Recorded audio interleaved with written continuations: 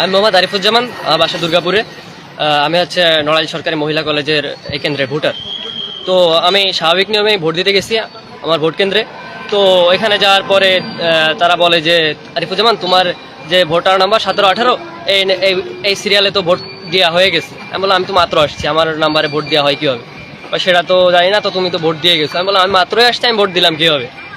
তো এই সেই তারপরে হচ্ছে যে তারা বললো যে আচ্ছা দেখতেছি, তুমি যেহেতু ভোট দেও নাই, দেখতেছি। তো এখানে যে অফিসার ছিল সে এসে বলে যে কি হয়েছে? আমি বললাম যে আমার ভোটটা আগে থেকেই কেউ দিয়ে দিছে। বলে যে আচ্ছা ঠিক আছে, দেখতেছি আমরা বিষয়টা, তুমি অন্য একটা স্লিপে ভোট দাও। আমি বললাম যে আমি অন্য একটা স্লিপে কীভাবে ভোট দিব? আমার ভোট তো অলরেডি আগেই দেওয়া হয়ে গেছে, এটা কীভাবে দিল? বলে যে এটা কীভাবে দিল, সেটা আসলে ভুল ত্রুটি হয়েছে হয়তো। তো তারা এর সঠিক জবাব দেয় না যে আমার ভোটটা কীভাবে অন্য কেউ দিয়ে দিল। তো তো তারপরে হচ্ছে যে হ্যাঁ, তারপরে তারা বললো যে তুমি অন্য অন্য স্লিপে ভোট দাও, আমরা এটা আলাদাভাবে কাউন্ট করব।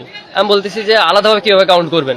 বলে সেটা আমাদের ব্যাপার, আমরা দেখবানি, এখানে দায়িত্ব তো আমরা আছি, তুমি তো আর দায়িত্ব না। আমি বললাম যে না। তারপরে তারা আমার ভোটটা আলাদাভাবে নিয়ে ব্যালট বক্সে রাখি নাই, তারা তাদের পকেটে রেখে দিয়েছে, বলছে যে এটা আলাদাভাবে কাউন্ট হবে, এটা ওরকম নিয়ম আছে নাকি, তাই বলে আমাকে বিদায় দিচ্ছে।